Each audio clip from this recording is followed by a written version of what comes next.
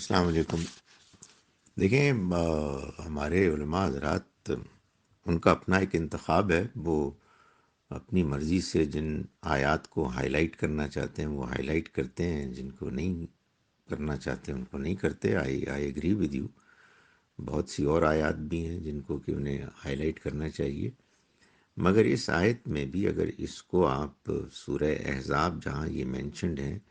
اس کی روشنی میں اور سورہ مومن کی روشنی میں پڑھیں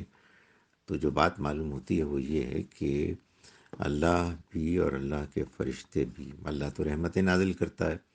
اور اللہ کے فرشتے دعائیں کرتے ہیں اہل ایمان کے لیے کہ جو توبہ کرتے ہیں، استغفار کرتے ہیں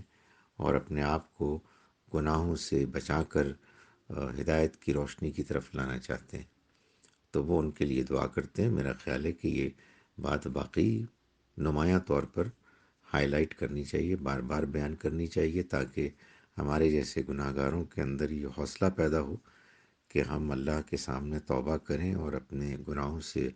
اپنے آپ کو پاک کریں، اور اس امید اور اس حوصلے کے ساتھ دعا کریں کہ ہماری دعا سنی جائے گی، قبول ہوگی۔ اللہ نے تو فرشتوں کو مامور کر دیا اس کے لیے کہ جب کبھی ہم میں سے کوئی دعا کرے، کوئی توبہ کرے، تو وہ بھی ہماری توبہ کی دعا میں شامل ہو